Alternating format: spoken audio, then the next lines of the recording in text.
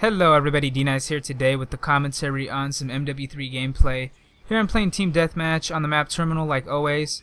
I think I went 29-3 this game, almost got a MOA, but I got a pretty bullshit death. And I just have really bad luck when it comes to getting PC MOABs. And for some reason it was a little jittery when I recorded this in theater mode.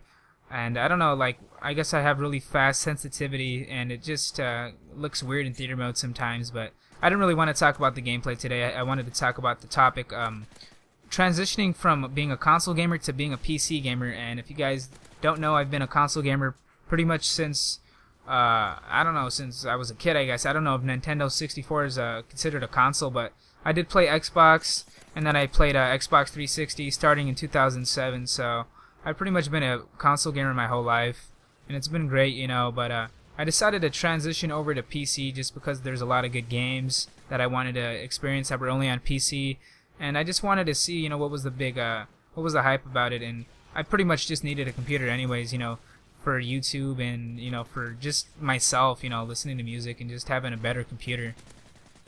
And I was just going to talk about the pros and cons of, the pros and cons of PC, the pros and cons of console. So let's get it started off. First off, the consoles we're going to be talking about, obviously the 360, PS3, and then I don't know if you guys want to include the Wii. I don't know if that's a major console or if people take it too serious, but pretty much the biggest thing is saving money, I guess you got to say. And for Xbox Live, you have to pay $60 a year, and that's kind of bullshit. I know PSN you don't have to pay, but for the PC, there's Steam. That's what pretty much everyone uses, and then there's Origin for like EA games, and both of those applications are free to use, and you don't have to pay anything. And then you have a friends list, you can do party chats, you can do all that. At least I know you can do that on Steam, because I pretty much only use Steam. I only use Origin sometimes.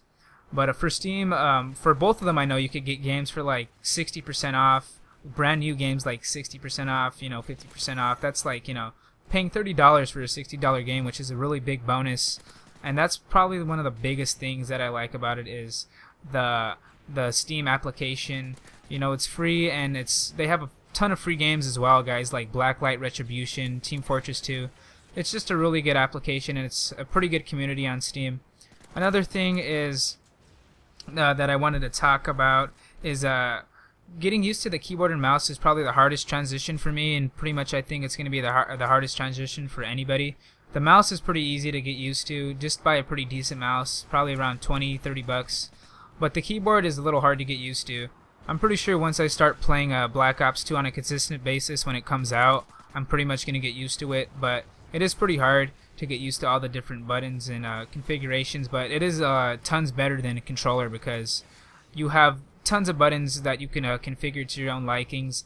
The mouse is just excellent precision aiming, and it's you're pretty much always gonna have better aiming on PC than console. It's a fact.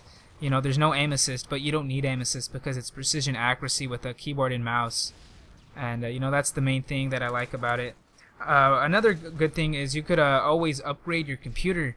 You could upgrade your graphics card like I did, and the graphics on PC are probably the biggest thing. You could play 1080p, full 1080p, 60 plus frames. On Xbox, I think you could only do 1080p at 30 frames, and I think it's reduced 1080p.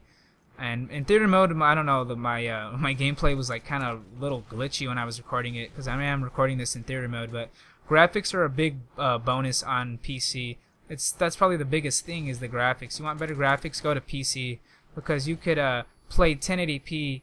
60 frames plus, that's a big thing. And you could always upgrade your computer, whatever you want to upgrade. RAM, and there's that bullshit death. You could upgrade your RAM, your memory, your motherboard, graphics card, pretty much anything you want to upgrade, you could upgrade.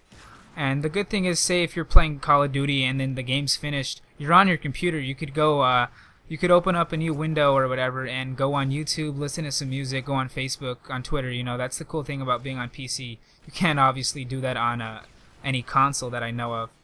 And pretty much some of the negatives I've got to say is the community on PC is pretty small as of right now. Hopefully it gets bigger, as new games come out.